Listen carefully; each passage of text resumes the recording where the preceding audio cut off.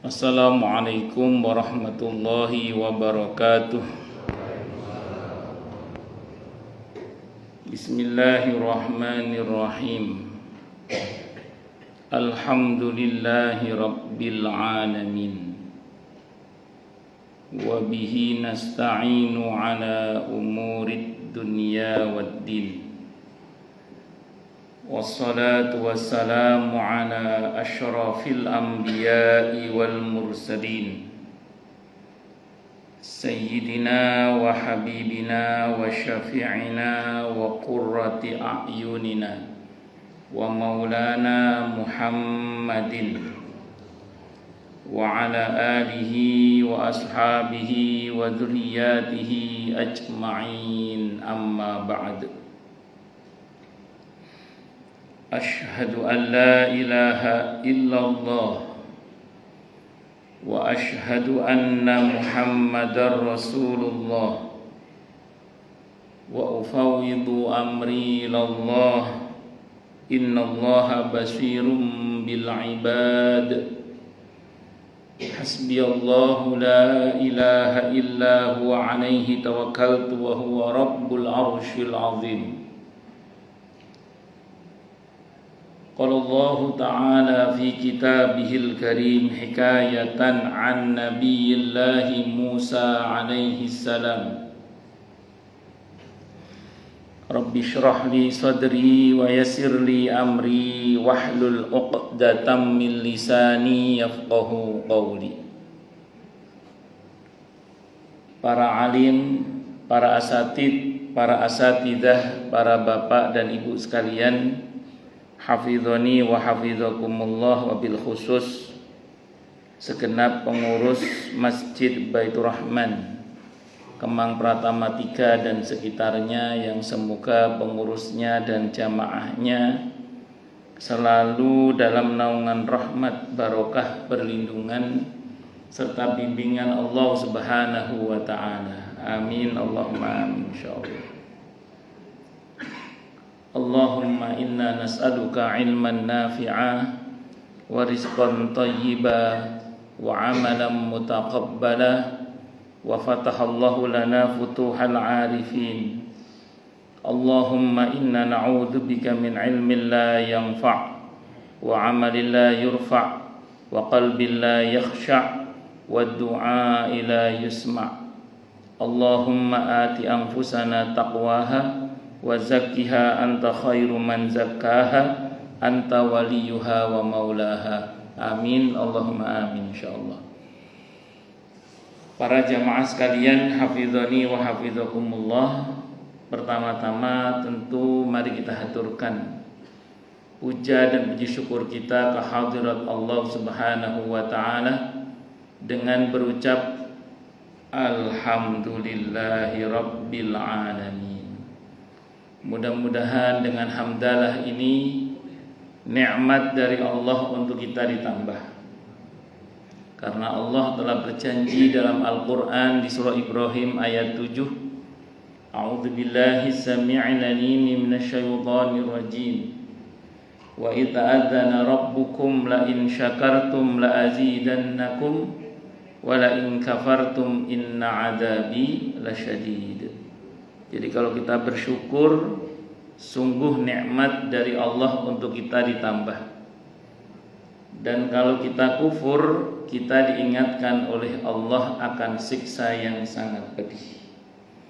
Ini janji Allah, dan janji Allah dalam Al-Quran itu la raiba fih, tidak ada keraguan di dalamnya. Di antara penjelasan la raiba fih adalah siapapun yang mengamalkan isi Al-Quran dengan keimanan dan keyakinan, maka Allah akan tunjukkan kebenaran Al-Quran itu kepadanya hingga tiada lagi keraguan dalam hatinya.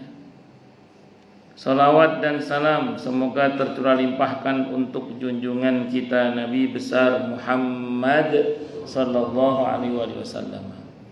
Semoga kita semua diakui sebagai umat beliau. Amin Allahumma amin insyaallah.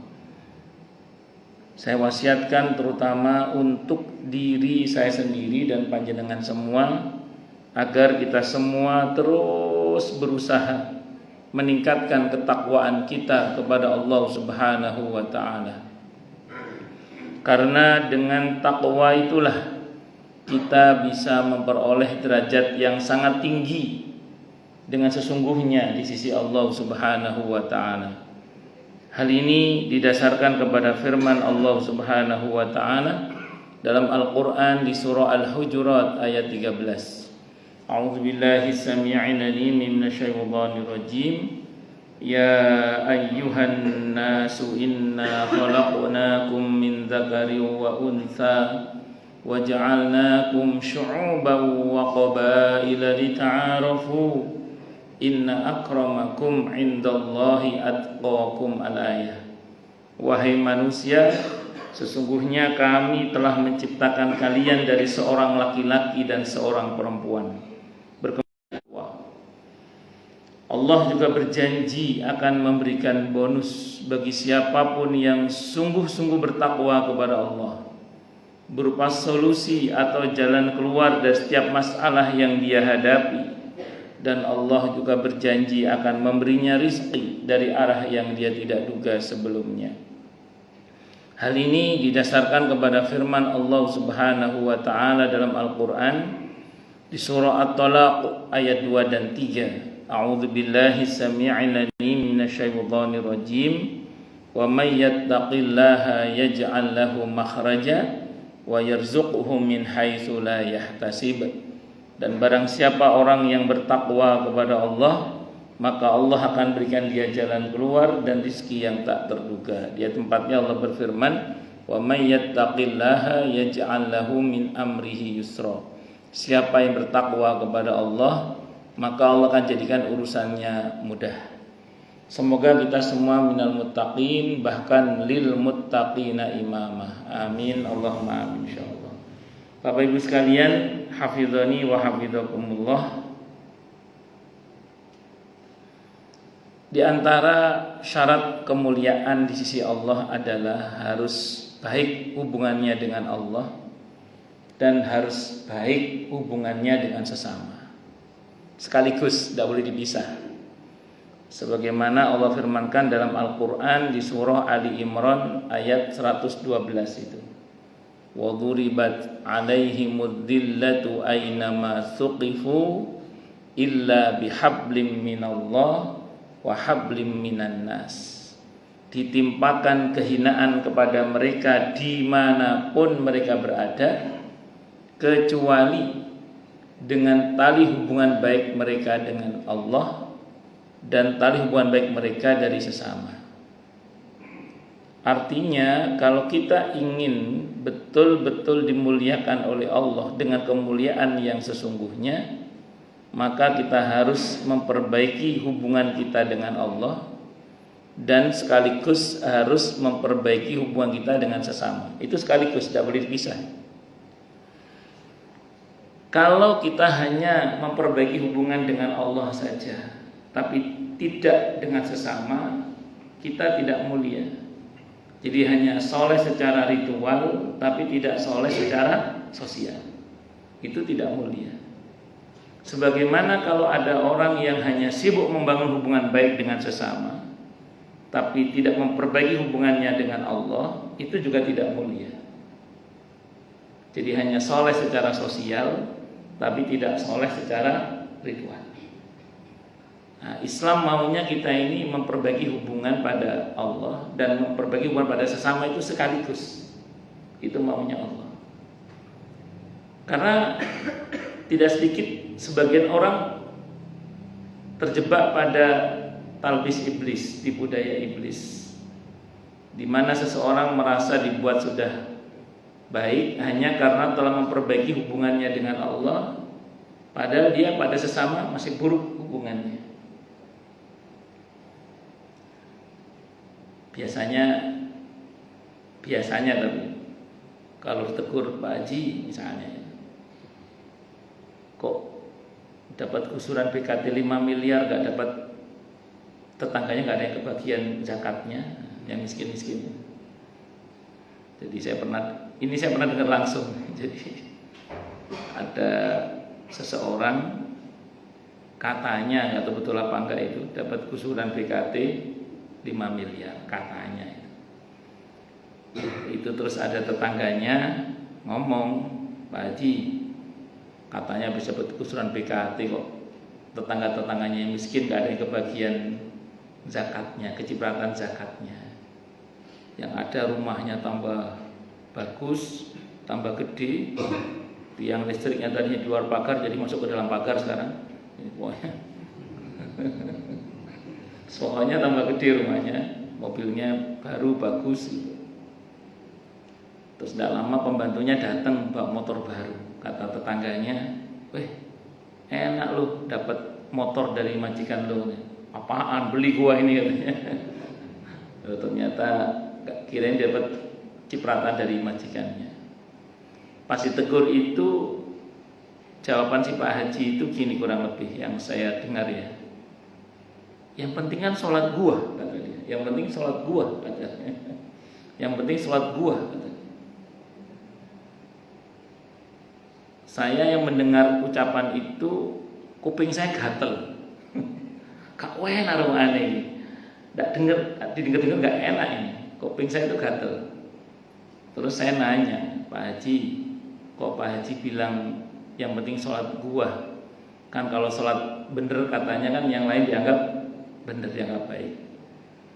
Memang ada hadisnya itu, hadis At-Tabarani ya. Nabi bersabda, orang awwalu ma yuhasabul abdu yaumal qiyamati as-shalah. Yang dihisab pertama kali manusia itu adalah sholatnya. Kalau sholatnya bagus, yang lain dianggap bagus. Kata dia, ini sholat dua. Kalau sholatnya bagus kan yang lain dianggap bagus. Terus saya nanya, apa dasarnya Pak Haji mengatakan bahwa sholat Pak Haji bagus? Saya tanya gitu. Apa dasarnya Pak Haji bilang bahwa sholat Pak Haji itu bagus? Ya, saya berjamaah di musola, saya sering jadi imam, bla bla bla bla. Terus saya jawab begini, Pak Haji sholat menggunakan baju untuk nutup aurat Pak Haji, yang baju ini dibeli dari harta yang belum dikeluarkan hak orang lain di dalamnya. Jadi Pak Haji ini nutup aurat dengan baju yang dibeli dari harta yang bercampur dengan hak orang lain. Berarti saya bilang gitu. Pak Haji ke musola sini atau ke masjid kadang, beliau imam musola seringnya ke masjid karena dekat dengan musola rumahnya, jadi sering jadi imam di musola itu. Pak Haji sholat di sini ditenagai dari makanan yang Pak Haji makan dari harta bercampur dengan hak orang lain. Saya bilang gitu. Pak Haji kesini pakai kendaraan, kalau pasti ke masjid terutama. Kalau ke musola jalan kaki, kalau ke masjid sering naik kendaraan. Pak Haji menaik kendaraan yang kendaraan ini dibeli dari harta yang bercampur dengan hak orang lain. Itu kalau bahasa Nabi dalam Sahih Muslim. Ada orang kok berdoa kepada Allah, ya Rabbi, ya Rabbi, ya Rabbi, itu aukamakal. Bagaimana akan diterima oleh Allah sementara pakaiannya haram, minumannya haram, makanannya haram. Ya, dalam konteks yang dimaksud orang ini adalah di dalam hartanya karena masih bercampur dengan hak orang lain yang tidak dikeluarkan. Makanya di dalam Al-Quran itu tidak kurang dari 82 kali perintah sholat dan zakat dibersamakan. Dalam Al-Quran itu tidak kurang dari 82 kali disebutkan perintah sholat dan zakat sekaligus. Sholat ini hablum minallah, zakat ini hablum minannas. Hubungannya dengan Allah dan hubungannya dengan sesama. Sekaligus itu.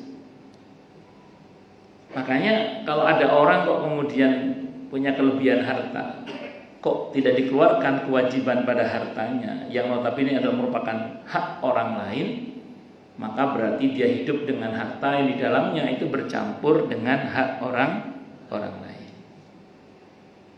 Allahu Akbar.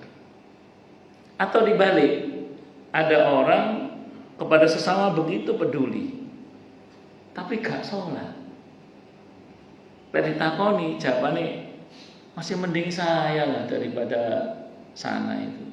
Saya walaupun nggak sholat, tapi saya kan peduli pada sesama. Daripada Bu Haji itu pelit. Dia membandingkan dirinya dengan orang lain yang ritualnya bagus, sosialnya buruk. Tapi tidak berani dia membandingkan dengan orang yang ritualnya bagus, sosialnya bagus. Tidak berani dia. Dia hanya berani membandingkan dengan orang yang ritualnya bagus, sosialnya buruk. Nah, orang seperti ini juga nggak benar. Karena dia hanya memperbaiki hubungan dengan sesama, tapi tidak dengan Tuhannya. Biasanya orang seperti ini ngomongnya, ngapain kita harus sholat? Yang penting kita baik pada sesama, kita tidak jahat pada sesama. Yang penting kita tidak jahat pada sesama, ini kita baik pada sesama, yang penting kita peduli pada sesama. Jadi, sehingga dia merasa hubungan dengan Allah itu nggak penting. Padahal dalam Islam itu yang dituntut dua-duanya. Harus baik hubungannya dengan Allah dan harus baik hubungannya dengan sesama. Itu kalau ingin betul-betul mulia dalam Islam itu harus, tidak boleh tidak, memperbaiki hubungan dengan Allah dan memperbaiki hubungan dengan sesama. Dan dalam Islam itu ada rumus sederhana kan, dimana ketika kita berbuat baik pada orang lain pun sejatinya kita sedang berbuat baik pada diri kita sendiri. Sebagaimana kalau kita berbuat jahat pada orang lain pun sejatinya kita sedang berbuat jahat pada diri kita sendiri. Rumusnya sederhana aja, faman ya'mal mithqala dzarratin khairan yarah wa man ya'mal mithqala dzarratin syarran yarah. Sekecil apapun kebaikan dan keburukan yang kita buat, itu akan kembali kepada kita. Kita akan melihat akibatnya, baik ataupun buruknya itu. Tentu buruk kalau kita nggak tobat. Makanya saya ulang, ini sistemnya Allah bangun, di mana semua kebaikan yang kita lakukan itu sejatinya kembali pada diri kita sendiri. Maka hari ini yang panjenengan lakukan dalam bentuk pasar gratis ini merupakan bagian yang tampaknya orang Kemang 3 dan sekitarnya berbuat baik pada orang lain, tapi sejatinya panjenengan semua sedang berbuat baik pada diri panjenengan sendiri. Ada penjelasan yang lebih jelas lagi yang disampaikan oleh Abu Laits As-Samarqandi rahimahullah dalam kitabnya Tanbihul Ghafilin. Beliau mengutip pernyataan Sayyidina Ali bin Abi Thalib radhiyallahu anhu. Apa kata beliau? Ma ahsantu ila ahadin wa ma asattu ilaihi li'anna Allah yaqul man 'amila salihan fali nafsi wa man asaa fa 'alaiha in ahsantu ila ahadin faqad ahsantu ila nafsi wa in asattu ila ahadin faqad asattu ila nafsi, kata beliau. Aku tidak pernah berbuat baik pada orang lain, kata beliau. Aku juga tidak pernah berbuat jahat pada orang lain. Karena Allah telah berfirman yang artinya siapa yang berbuat baik maka manfaatnya untuk dirinya sendiri, dan siapa yang berbuat jahat maka dosanya juga untuk dirinya sendiri. Jadi kata beliau, kalau aku berbuat baik pada orang lain, sejatinya aku berbuat baik pada diriku sendiri. Kalau aku berbuat jahat pada orang lain, sejatinya aku berbuat jahat pada diriku sendiri. Kita ini dalam Islam itu kelihatannya saja kita membantu orang lain, tapi tanpa kita sadari kita telah mengundang bantuan Allah untuk kita. Hadisnya Sahih Muslim, wallahu fi aunil abdi maka nal abdu fi auni akhi. Allah itu senantiasa membantu hambanya selagi hamba itu peduli membantu saudaranya. Jadi kelihatannya saja kita ini membantu orang lain, tapi tanpa kita sadari kita telah mengundang bantuan Allah untuk kita. Jadi tidak jarang dengan kita membantu membereskan urusan orang lain, urusan kita dibantu beres oleh Allah Subhanahu wa taala. Kita ini kelihatannya saja mendoakan baik orang lain, tapi tanpa kita sadari doa itu kembali pada diri kita sendiri. Karena dalam satu riwayat disebutkan ketika kita mendoakan baik saudara kita, di atas kita ada malaikat yang berkata, walaka mislu dzalik, bagimu seperti itu juga. Sehingga tidak jarang secara sunatullah, bisa jadi loh ya, secara sunatullah hal-hal yang baik yang terjadi pada kita hari ini itu karena kita pernah mengharapkannya terjadi pada orang lain. Jadi sangat mungkin hal-hal baik yang terjadi pada kita hari ini tentu dengan izin Allah adalah karena kita pernah mengharapkannya terjadi pada orang lain. Jadi kita pernah mengharapkan kebaikan terjadi pada orang lain, kok biidznillah itu malah terjadi pada diri kita. Kelihatannya saja kita mencintai orang lain karena Allah, tapi tanpa kita sadari cinta Allah untuk kita. Hari ini sebagian kita mau berbagi pasti dasarnya kan karena kasih sayang, toh? Karena kita mencintai saudara-saudara kita sesama muslim terutama dengan para du'afa terutama. Maka jangan dikira kasih sayang kita itu hanya untuk mereka, tapi tanpa kita sadari kasih sayang Allah pun juga untuk kita. Cinta Allah pun juga untuk kita. Ar-rahimuna yarhamuhumur rahman, irhamu man fil ard yarhamkum man fis sama. Para penyayang itu akan disayang oleh Zat yang Maha Rahman. Maka sayangilah yang di bumi, maka yang di langit akan menyayangi. Artinya apa? Artinya kelihatannya saja kita menyayangi orang lain, tapi ternyata kasih sayang Allah untuk kita. Kelihatannya saja kita mencintai orang lain karena Allah, tapi tanpa kita sadari cinta Allah untuk kita. Dalam hadis Sahih Muslim disebutkan ada seseorang yang datang ke suatu kampung untuk mengunjungi saudaranya. Allah utus satu malaikat untuk menghadang dia.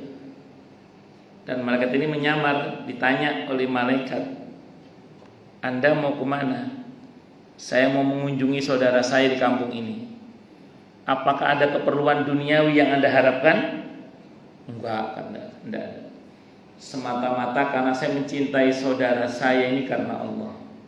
Saya datang semata-mata karena saya mencintai saudara saya ini karena Allah. Kata malaikat, saya utusan Allah. Saya diperintah oleh Allah untuk menyampaikan kepada Anda bahwa Allah mencintai Anda sebagaimana Anda mencintai saudara Anda karena Allah. Jadi itulah yang dimaksud dengan kira-kira hal jazaul ihsani illal ihsan. Jadi tidak ada balasan dari sebuah kebaikan kecuali kebaikan yang serupa. Itu pun masih kali 10. Masih kali 10, kali 100, kali 700, bisa tak hingga tak berhingga. Karena kebaikan itu tidak akan dibalas dengan yang serupa persis, tapi pasti ada perkaliannya. Maka ketika kita memaafkan orang lain, kita akan diampuni oleh Allah. An-Nur ayat 22. Wal ya'fu wal yasfahu ala tuhibbuna ay yaghfirallahu lakum. Ya berlapang dada dan memaafkan. Tidak sukakah kalian diampuni oleh Allah dengan memaafkan itu? Jadi kalau kita memaafkan, kita akan diampuni oleh Allah. Itu masih kali 10 itu. Kali 10 gimana pengertiannya Ustaz kalau dimaafkan itu?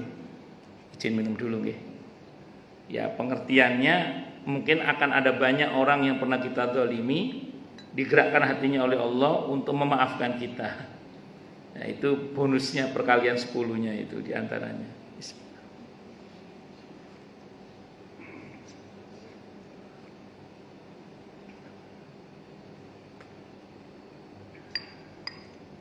Ketika hati jenengan bergerak mengatakan, pokoknya sudah saya maafkan semua orang yang pernah mendolimi saya, Nah, itu jenengan di samping dapat ampunan dari Allah, itu juga akan mendapatkan pemaafan bisa jadi dari orang-orang lain yang pernah Anda zalimi, yang Allah gerakkan hatinya untuk berkata yang sama dengan jenengan itu.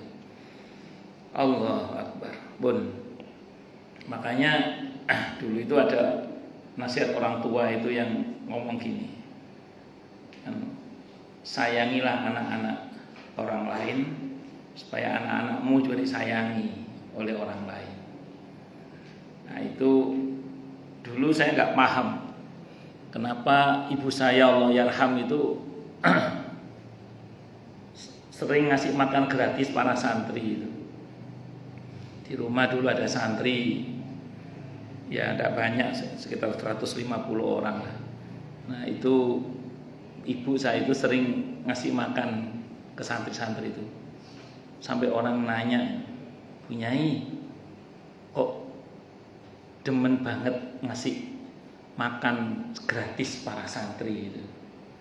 Kan sering ngasih dibuat makan enak sama ibu saya itu. Ibu saya itu jawaban sederhana ya. Anak saya itu banyak di mana-mana karena semuanya pesantren kan, semuanya pesantren. Saya berharap pada Allah mudah-mudahan dengan saya menyayangi anak-anak orang ini, anak saya juga disayang oleh Allah melalui tangan-tangan hambanya. Ya, kalau yang sependek yang saya rasakan sih biidznillah, dengan izin Allah, kami berempat bersaudara itu di hampir semua tempat kok dengan izin Allah gampang mendapat penerimaan gitu dengan izin Allah. Mungkin semua tentu karena Allah ya. Mungkin tapi secara sunatullah mungkin barokahnya tirakatnya ibu itu. Seneng ngasih makan anak orang itu. Atau seneng nyenengkan anak orang kok dengan izin Allah, anak-anaknya dimudahkan oleh Allah dengan izin Allah. Nah, makanya saya ulang sekali lagi ini Masya Allah, Alhamdulillah, Masya Allah. Jadi semua itu kembali pada diri kita sendiri. Nah, perihal berbuat baik kepada Allah dan pada sesama itu dikaitkan dengan firman Allah Subhanahu wa taala di antaranya di surah An-Nisa ayat 36 itu. Allah berfirman, "A'udzubillahi samii'il 'aliim minasyaitonir rajim. Wa'budullaha wa la tusyriku bihi syai'a wa bil walidaini ihsana wa bidzil qurba wal yatama wal masakin wal jari dzil qurba wal jaril junub was sahibi bil jambi wabni sabili wa ma malakat aymanukum innallaha la yuhibbu man kana mukhtalan fakhura." Wa'budullaha, dan beribadahlah kalian kepada Allah, wala tusyriku bihi syai'a, dan jangan kalian menyekutukannya dengan sesuatu pun. Jadi kalau kita bicara berbuat baik hubungannya langsung dengan Allah, itu intinya satu, beribadah hanya kepada Allah dan jangan berbuat syirik. Udah, itu intinya itu. Jadi asal kita beribadah hanya kepada Allah dan tidak berbuat syirik, sampai situ selesai sudah. Paling tidak itu maksud saya. Ini kalau yang hubungan langsung dengan Allah. Tapi kalau pada sesama, dan memang Allah tidak cukupkan hanya kepada Allah saja, tapi juga pada sesama, maka Allah lanjutkan dengan firman-Nya, wabil walidaini ihsan. Ini menunjukkan bahwa tidak cukup hanya dengan Allah, tapi juga harus pada sesama. Dan sesama yang pertama Allah sebut adalah kedua orang tua, wabil walidaini ihsan. Nah, ini biasanya ayat ini dipakai dalil oleh para ulama terkait dengan fikih prioritas. Fikih prioritas berarti ini fikih berkaitan dengan kalau pada berbuat baik pada sesama, siapa sesama yang kita dahulukan. Karena diantara bentuk talbis iblis itu, kata Ibnul Jauzi, adalah orang dibuat sibuk dengan amalan yang utama, secara bersamaan dia tinggalkan yang lebih utama. Jadi sibuk dengan yang utama, secara bersamaan dia tinggalkan yang lebih utama. Ini talbis iblis ini. Kalau orang Jawa bilang nguber uceng kehilangan delep gitu. Ngejar ikan kecil kehilangan ikan besar. Kalau istilah Jawanya. Maka jangan sampai kita kena talbis iblis, jangan sampai. Maka di sini Allah terangkan tentang skala prioritas dalam berbuat baik pada sesama. Sesama yang pertama Allah tunjuk adalah wabil walidaini ihsana. Harus berbakti kepada ibu bapak. Di beberapa ayat dalam Al-Quran, ketika Allah bicara tentang berbakti pada kedua orang tua, huruf ba di situ nggak pernah hilang. Itu tadi An-Nisa ayat 36. Kalau di Al-Baqarah ayat 80-an, saya lupa ayat berapa itu, 80 berapa itu. Wa id akhadna mitsaqa bani Israila la ta'buduna illallah wa bil walidaini ihsana. Banyak ikut itu. Terus di Al-Isra ayat 23 24. Wa qadha rabbuka alla ta'budu illa iyyahu wa bil walidaini ihsana. Ada ba lagi pakai ba. Pokoknya untuk berbakti pada kedua orang tua, huruf ba itu boleh dikata selalu ngikut. Tak, kalau berbuat baik pada selain orang tua, kadang baknya ngikut, kadang baknya gak ngikut. Seperti misalnya kalau tadi di sini yang di An-Nisa ayat 36 itu kan wa'budullaha wa la tusyriku bihi syai'an wa bil walidaini ihsana wa bidzil qurba. Tapi kalau yang di Al-Baqarah tadi enggak pakai ba itu. Baqadha wa idza akhadna mitsaqa bani Israila la ta'budunallaha illa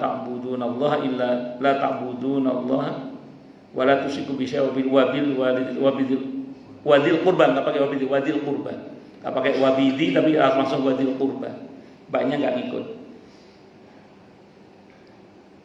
Jadi apa faedah dari huruf ba di situ itu? Ternyata huruf ba di situ punya faedah ma'iyah, kebersamaan. Punya faedah ma'iyah, kebersamaan. Artinya seorang anak dalam berbakti pada kedua orang tuanya itu tidak boleh membuat jarak, kata para ulama gitu, tidak boleh membuat jarak. Jarak yang dimaksud bukan geografis ya. Sumatera, Bekasi, bukan. Atau Jawa Timur, Jawa Barat, bukan itu. Yang dimaksud dengan jarak bukan geografis tapi secara mentalitas. Seorang anak itu kalau menghadap kepada orang tuanya, datanglah sebagai anaknya. Jangan sebagai siapa kita dalam strata sosial kita. Jadi jangan datang sebagai dosen, jangan datang sebagai rektor, jangan datang sebagai jenderal, jangan datang sebagai ustadz, jangan datang sebagai ketua DKM, jangan datang sebagai ketua RW, datanglah sebagai anaknya. Karena ada sebagian anak itu di sini nggak ada tempat lainnya. Ada sebagian anak itu ketika datang kepada orang tuanya itu masih lengkap dengan segala atribut sosialnya dan tidak jarang di depan orang tuanya pun dia terlampau menjaga wibawa. Sampai ada sebagian orang tua itu takut kepada anaknya. Ada ulama yang mengatakan kalau untuk menegurmu orang tuamu berpikir 1000 kali karena takut kamu marah, ketahuilah bisa jadi kamu adalah anak yang durhaka. Karena kalau anak itu ada kedekatan sama orang tua, kalau anak sing salah sih omong menai. Tapi kalau anak itu terlalu menjaga wibawa, kadang orang tua itu takut. Kalau sampai itu yang terjadi, ngerinya termasuk anak yang durhaka. Itu seperti itu. Wabil walidaini ihsana. Itu perintahnya kan kita berbuat baik di situ menggunakan kata ihsan. Ihsan itu bentuk masdar dari kata ahsana yuhsinu ihsanun. Itu fi'il muta'addi, kata kerja aktif yang berarti kalau anak itu berbakti pada orang tua harusnya aktif bukan pasif. Jadi kalau berbakti pada orang tua jangan nunggu orang tua telepon, "Le, duitku sentek le." Minta uangnya nak. Sebelum orang tua ngomong, anak yang aktif. Bu, ngersake nopo? Pak, ngersake nopo? Bu, pun kula transfer. Itu namanya anak yang aktif dalam berbakti kepada kedua orang tua. Jadi jangan, walaupun ibu minta baru ngasih itu bagus juga daripada yang enggak sama sekali. Tapi akan lebih baik kalau kita aktif, bukan apa? Pasif. Wabil walidaini ihsana.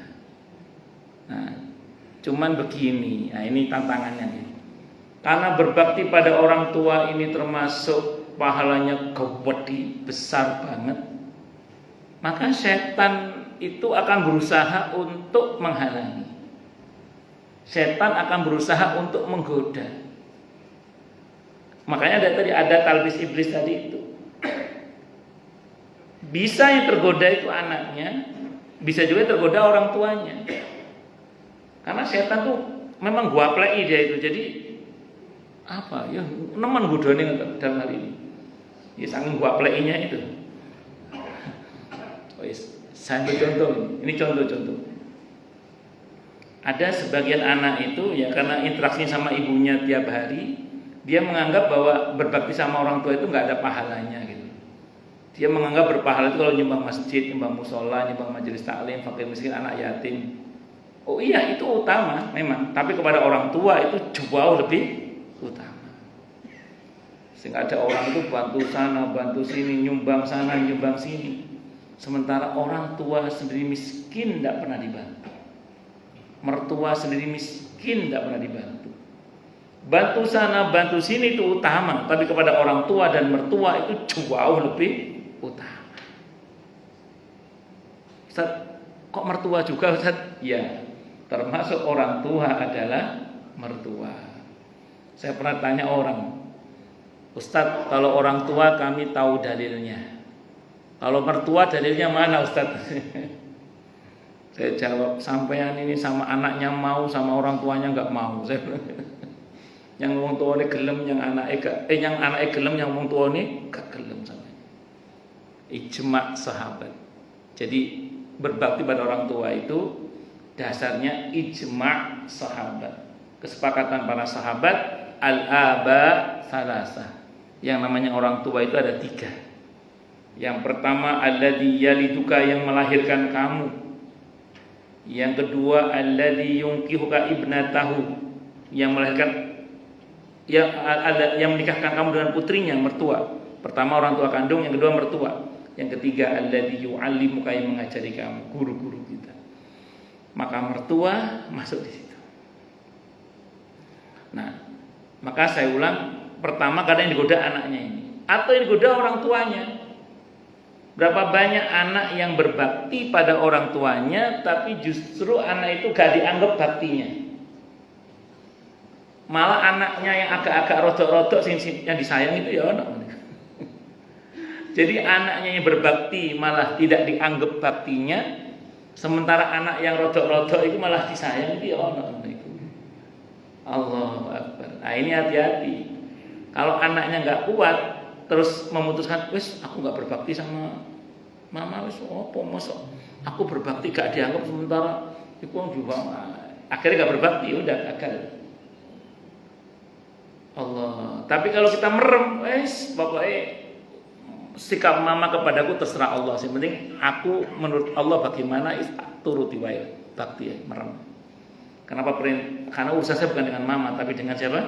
Allah. Berbakti ya, berbuat baik aja.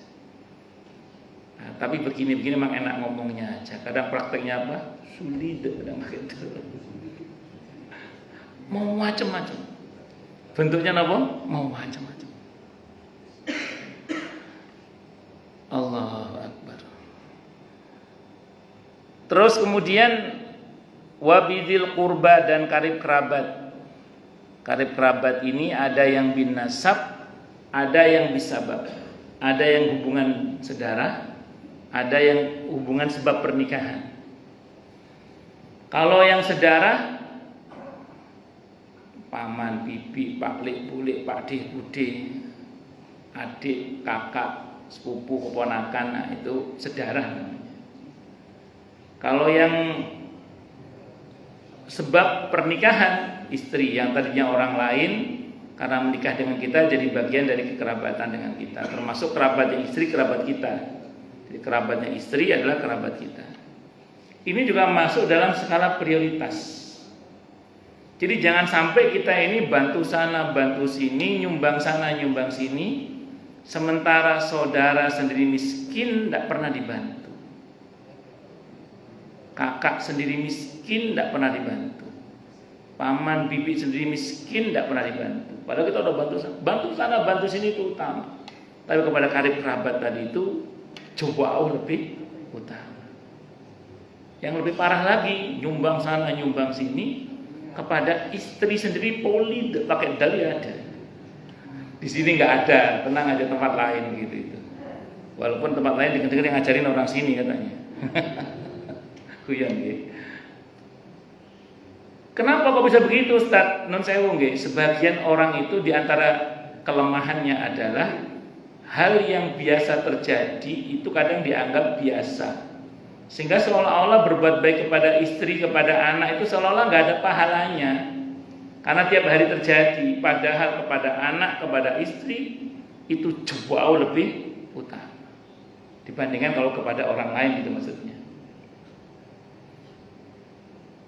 Saya pernah ditelepon oleh ibu-ibu. Saya nggak pernah tanya namanya dan saya juga nggak pernah tahu dari mana asalnya. Mohon maaf kalau itu orang sini ya, saya nggak tahu orang mana itu. Telepon saya soalnya. Saya nggak pernah nanya beliau siapa namanya. Saya nggak pernah nanya tentang di mana tinggalnya dan saya nggak nyimpen nomornya juga gitu. Jadi saya nggak tahu ibu-ibu mana, saya nggak tahu. Dan saya mohon maaf kalau ternyata orang sini, saya nggak tahu. Karena biasanya kalau seseorang konsultasi ke saya, biasanya ngomong gini, Ustadz, saya ibu ini gitu kan. Tapi saya orangnya nggak begitu mudah menghafalkan. Ustadz pasti kenal suami saya. Suami saya, Bu, stop, nggak usah sebut nama suaminya. Terus saja cerita masalahnya apa. Nanti kalau perlu saya tanyakan ke nggak usah sebut nama suaminya. Teruskan aja cerita saya. Nanti kalau saya butuh baru saya tanya siapa. Kalau saya nggak butuh nggak usah, terus saya cerita. Pada pokok persoalannya aja. Nah, terus kemudian beliau ini cerita gini kurang lebih. Saya ini punya suami, Ustaz, mobil beberapa, rumah beberapa. Nah, dia mau bilang suaminya kaya gitu aja lah. Dia mau bilang suaminya apa? Kaya. Suatu saat saya ini ngaji, Ustaz, saya taklim. Saya kan mulai taklim, saya pengen beli jilbab, Ustaz. Saya pengen beli jilbab. Nah, untuk beli jilbab itu saya minta ke suami, Ustaz. Itu berantem dulu, Ustaz, berantem dulu. Itu kira-kira 3 minggu kalau nggak salah, 3 pekan itu baru cair uangnya, Ustaz. Berapa sih harga jilbab? Kan dia bilang gitu. Saya bilang tergantung mereknya, Bu. Dia kan nanya berapa sih harga jilbab, tergantung mereknya kan. Kalau yang merek saya nggak sebut mereknya, saya nggak sebut tambahannya lah. Karena nggak ngasih sponsor. Jadi itu kan, ya mahal. Enggak, ternyata artinya kalau untuk suami saya kan enggak seberapa, Ustaz. Iya. Itu begitu cair uangnya, Ustaz. Begitu cair, uang susu anak saya dipotong, Ustaz. Ini serius saya. Jadi uang jilbab cair, uang susu anak dipotong. Kurang ngopo ale. Saya itu, Ustaz, pernah mau minta beli skincare. Kan ibu mesti pakai skincare ya. Untuk kecantikan saya, untuk suami saya, Ustaz. Macam-macam lah, serum kinclong opo kan, belum kolagennya, belum ibu-ibu macam-macam. Itu saya berantem dulu, Ustaz. Sekian waktu baru cair uangnya, dia bilang gitu. Itu nanti dipotong lagi uang apanya dipotong. Terus beliau bilang, saya kalau belanja, Ustaz, itu struk belanjaan saya tidak boleh hilang, kecuali suami saya sudah tanda tangan. Ngalang-ngalai kantor. Tapi suaminya ini lanjutannya seneng nyumbang masjid sama temen-temennya royal. Yang masjid seweneng nyumbang sama temen-temennya royal. Yang anak yatim dia seneng. Bagus apa bagus sebenarnya ini? Bagus sebenarnya. Cuman kok sama istri poli pakai dal gitu loh. Terus saya bilang sama beliau gini, itu suami ibu kasihan itu. Agak melotot juga dia, mungkin bayangan saya agak melotot kan, telepon enggak tahu orang. Kok bisa kasihan gimana, Ustaz? Iya, kasihan karena suami ibu kena talbis iblis, saya bilang gitu. Kena tipu daya iblis. dia lupa bahwa berbuat baik kepada istri dan anak-anak itu pahalanya jauh lebih besar daripada kalau dia berbuat baik kepada teman-temannya tadi, kepada anak yatim tadi, kepada masjid tadi, dan walaupun itu utama saja. Karena itu namanya sibuk dengan yang utama, secara bersamaan dia tinggalkan yang lebih utama. Nah, kita jangan seperti itu. Wabidil qurba wal yatama, baru anak-anak yatim, wal masakin, orang-orang miskin. Jadi ini yang kita lakukan hari ini termasuk di level yang ketiga ya yatim dan miskin, wal 3 dan 4. Baru wal jaridil qurba wal jaril junub, tetangga dekat dan tetangga jauh, masuk juga di sini kan tetangga juga kan, tetangga dekat, tetangga jauh.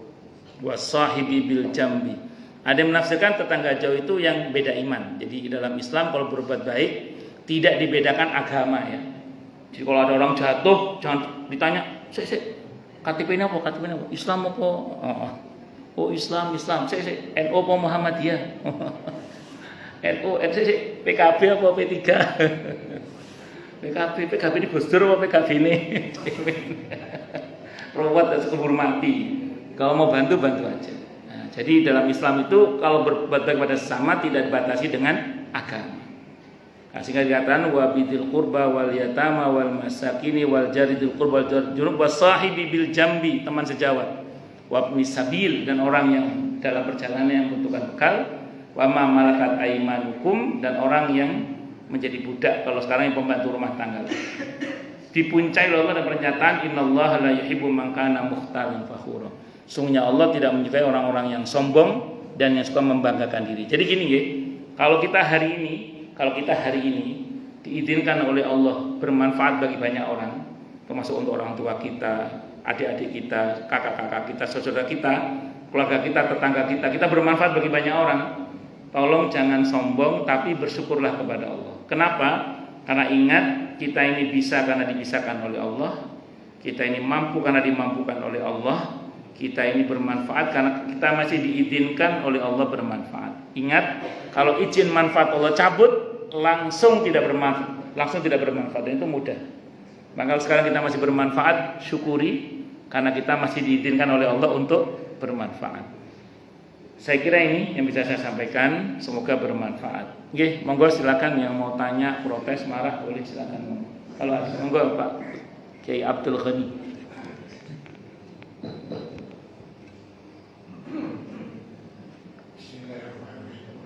Assalamualaikum warahmatullahi wabarakatuh. Waalaikumsalam warahmatullahi wabarakatuh. Boleh izin minum ya? Mohon maaf Ustaz, kemarin juga menjelaskan mengenai kebaikan oleh Ustaz Tasir, yaitu di surat Al-Baqarah kalau nggak salah ayat 31-37. Terus pertanyaan saya Ustaz Tentang malaikat itu. Kalau salah mohon Nggih. saya 137. Oh, 100 ada 100-nya. Ya. Oh, saya pikir nggih terus. Baik, itu Allah akan mengetahui. Jadi setiap hamba Allah yang berbuat baik, Allah selalu mengetahui. Nggih. Nah, yang saya tanyakan itu definisi kebaikan. Kadang-kadang kita berbuat baik itu dicalonkan banyak hal. Dikatakan kita macam-macam dan sebagainya. Seperti kita mempunyai rencana bahwa anak muda-muda, generasi muda itu supaya idolanya ke Rasulullah dengan kita melakukan maulud Nabi. Kan banyak yang nggak setuju Ustaz. Itu tidak ada dalilnya. Pertanyaan saya, apakah berbuat baik itu selalu harus mengikuti dalil-dalil dalam Al-Quran dan hadis? Sebab saya sikap kuliahnya dari Pak Mir Hamzah. Itu kalau sesuatu yang tidak diatur di dalam Al-Quran hadis, itu asasnya adalah berdasarkan manfaat dan mudarat. Kalau manfaatnya banyak baru bisa dipakai, kalau mudaratnya banyak harus dipakai. Nah, pertanyaan saya, mohon dijelaskan, apakah berbuat baik itu selalu harus mengikut dari Al-Quran dan hadis? Kemudian yang kedua, kemarin ada pertanyaan dari saudara saya tercinta Pak Singgih. Nah, coba beliau bertanya bahwa orang kafir yang berbuat baik itu apa balasannya? Tidak dijawab. Perbuatan orang kafir yang baik itu akan lebur jadi abu di dalam sana. Pertanyaan saya, Bapak, kadar sifat Allah. Sifat Allah kan Rahman Rahim. Artinya Rahman itu adalah kasih sayang Allah di dunia. Rahim kan di akhirat hanya orang-orang muslim aja. Nah, pertanyaan saya, itu saya pernah baca buku yang menjelaskan bahwa orang kafir yang berbuat baik itu akan tetap diberi rahmat oleh Allah. Yaitu dengan cara mungkin matinya gampang. Orang kafir matinya akan bisa, Pak. Coba kita bayangkan nyawanya diambil dari kaki Ustaz kalau nggak salah. Dipukul ke kaki. Jadi ada yang diberi keringanan oleh Allah, meninggalnya enak. Diberi keringanan oleh Allah, kekayaannya banyak. Tapi bukan bagi-bagi bansos. Terima kasih. Itu pertanyaan saya. Jadi mohon jawaban. Assalamualaikum warahmatullahi wabarakatuh. Waalaikumsalam warahmatullahi wabarakatuh. Dalam Al-Quran itu kalau kita pakai pendekatan Al-Quran gitu, ada khair, ada ma'ruf. Ada khair, ada ma'ruf. Kalau khair itu adalah kebaikan yang bersifat eternal, abadi. Dia bersifat kebaikan yang sifatnya eternal dan abadi. Sambil contoh misalnya sholat. Dimanapun kita berada, kita harus sholat. Berbakti pada orang tua. Dimanapun kita berada, kita harus berbakti pada orang tua. Nah, jadi itu contoh. Kita harus baik pada sesama. Itu adalah kebaikan yang bersifat khair. Tapi nanti ada namanya ma'ruf. Ma'ruf itu kebaikan yang terkait dengan ruang dan waktu. Nah, ini yang seringkali disebut dengan al-urf, kata para ulama, berdasar pada firman Allah di surah Al-A'raf ayat 199, wa'mur bil urfi wa'arid 'anil jahilin. Perintahlah dengan urf dan berpalinglah dari orang-orang yang jahil. Apa urf itu? Kebaikan yang terkait dengan ruang dan waktu yang seringkali dibahaskan dengan istilah adat istiadat, kebiasaan, tradisi. Jadi tradisi itu dalam Islam tidak ditolak, walaupun tidak semuanya diterima. Maka nanti dibagi dua, kata para ulama. Ini pernah ngaji usul fikih tahu ini. Ada al-'adah as-salihah, ada al-'adah al-fasidah. Ada tradisi yang sesuai dengan syariat, ada tradisi yang bertentangan dengan syariat. Maka yang sesuai diterima, yang tidak sesuai tentu ditolak. Maka selama tradisi yang Bapak maksud dalam bentuk kebaikan di satu masyarakat tertentu, yang lain ladang, lain ilalangnya, lain lubuk, lain pula ikannya dan seterusnya, itu tidak ada masalah selama tidak bertentangan dengan syariat. Maka ukuran kebaikan yang dimaksud selama hal itu tidak bertentangan dengan syariat, maka silakan dilakukan, tidak ada masalah. Maka dinamika dunia dakwah demi supaya kemudian orang mencintai Allah dan Rasulnya itu bermacam-macam. Itu. Maka kalau sependek yang saya ketahui, fenomena munculnya kitab-kitab sirah nabawiyah seperti Barzanji, Ad-Dibai dan macam-macam itu dalam rangka untuk menggugah cinta kepada Allah dan Rasulnya Muhammad SAW. Dan itu sesuatu yang sesuai dengan syariat, tidak bertentangan dengan syariat. Kalau yang bertentangan, ya tentu kita tolak. Kalau nggak bertentangan, ya tidak. Nah, makanya, adapun tadi ditimbang dengan maslahat dan madarat, itu betul. Itu kaidahnya Ibnu Taimiyah. Ibnu Taimiyah itu mengatakan, kalau kita ingin tahu apakah sesuatu halal atau haram, sementara tidak ada nas atau dalil Quran dan Sunnah yang menegaskan hal itu, maka ditimbang maslahat dan madaratnya. Kalau maslahatnya lebih besar, teruskan. Kalau madaratnya lebih besar, stop. Tunggu dulu, jangan diteruskan. Itu seperti itu. Maka saya ulang, di Al-Quran ada dua mode kebaikan, Pak. Khair dan ma'ruf. Kalau khair, kebaikan yang bersifat eternal dan abadi. Sementara kalau ma'ruf, itu kebaikan yang berkaitan dengan ruang dan waktu. Saya kira itu, Pak. Wallahu a'lam bishawab. Terus yang kedua tadi apa? Lupa. Yang kedua tadi tentang, oh iya, dibalas oleh Allah. Jadi orang kafir sekalipun dibalas oleh Allah, tapi di dunia.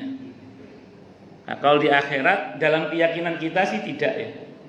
Dalam keyakinan sih tidak ya. Selebihnya kita serahkan kepada Allah. Dalam keyakinan kita tidak.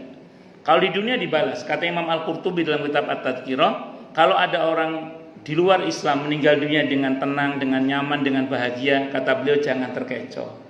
Bisa jadi itu adalah cara Allah memuncaki balasan mereka di dunia ini. Karena mereka setelah ini di akhirat tidak akan dibalas lagi. Kebaikannya ya, tidak akan dibalas lagi. Nah, sementara kalau ada orang mukmin, seorang mukmin meninggal dalam keadaan yang sakit sekali, sakaratul mautnya, itu jangan seuzon juga.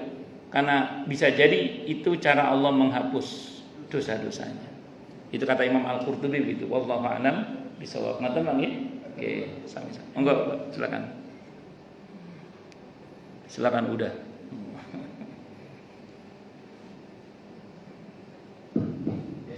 Mengenai berbuat baik kepada orang kafir atau non muslim. Ya, ya. Itu ada dalil atau hadisnya nggak? Atau aturan-aturannya, ada adanya. Bagus. Wallahu a'lam bishawab. Sependek yang saya pahami dari praktek kehidupan Nabi kita Muhammad SAW, itu beliau kalau datang kepada beliau seseorang yang minta pertolongan apapun agamanya, itu Nabi selalu membantunya. Bahkan kita tahu, Bapak mungkin pernah baca dalam sirah, saya nggak akan bicara tentang orang yang buta yang itu ya, karena ada mata itu hadisnya dhaif, maudhu atau apalah, saya nggak bahas yang itu. Saya pakai yang ini aja. Dan satu riwayat berkaitan dengan seseorang yang biasa melempari Nabi dengan biji kurma, kadang tangkainya, kadang diludahi. Karena orang Yahudi itu punya keyakinan seorang Nabi itu semakin diganggu semakin baik orangnya. Itu keyakinan orang Yahudi. Jadi semakin diganggu seorang Nabi itu akan semakin baik orangnya, akan tampak kebaikannya. Nah, si perempuan Yahudi ini setiap kali Nabi lewat kadang diludahi, ada dilempar biji kurma, kadang saat tangkai-tangkainya dilemparkan juga. Hingga suatu saat Nabi pas lewat situ ternyata nggak pernah didengar wanita seseorang yang bisa melempari Nabi itu. Beliau nanya, mana si fulanah yang orang yang biasa meludahi saya sini? Oh, itu ya Rasulullah, sakit ya Rasulullah. Itu Nabi bergegas pulang, langsung nanya, ada makanan nggak? Mana akan aku bawa? Itu Nabi yang jenguk pertama kali. Di saat belum ada yang lain menjenguk, Nabi menjenguk terlebih dahulu sehingga dia tergerak untuk akhirnya masuk Islam. Satu. Di antara pembantu rumah tangga Nabi itu ada seorang pemuda Yahudi yang ketika beliau sakit Nabi menjenguk. Saat itu ada bapaknya di sampingnya, ada Nabi juga, kata Nabi aslim, masuk Islam ya. Terus anak itu melihat ke arah bapaknya, kata bapaknya silakan. Akhirnya masuk Islam. Jadi Nabi itu dalam hal berbuat baik itu memang tidak membatasi terkait dengan apa. Bahkan kita tahu Nabi wafat itu dalam keadaan masih terikat hubungan muamalah gadai dengan seseorang yang beragama Yahudi. Beliau, dia itu tukang khamr bahkan itu aslinya. Terus Nabi namanya Abu Syamah kalau namanya Abu Syamah kalau sekarang nama Abu Syamah. Itu kata Ibnu Hajar Al-Asqalani itu penjual khamr itu. Nabi terikat gadai dengan yang bersangkutan, gadai gandum. Yang digadaikan adalah baju besi beliau, ya. Dan itu menunjukkan bahwa Nabi secara muamalah masih terikat. Dan satu lagi, ketika Nabi hijrah, apa pesan Nabi pada Sayyidina Ali radhiyallahu anhu? Ali, tolong serahkan harta ini kepada ini nama-namanya. Ada Nabi sebutkan nama-nama itu. Beliau nggak punya catatan karena Nabi nggak bisa, tapi beliau hafal orang-orangnya. Sayyidina Ali yang mencatat itu menunjukkan bahwa Nabi walaupun banyak orang kafir yang tidak percaya kepada beliau, tapi kalau nitip harta kepada Nabi. Ketika semua masalah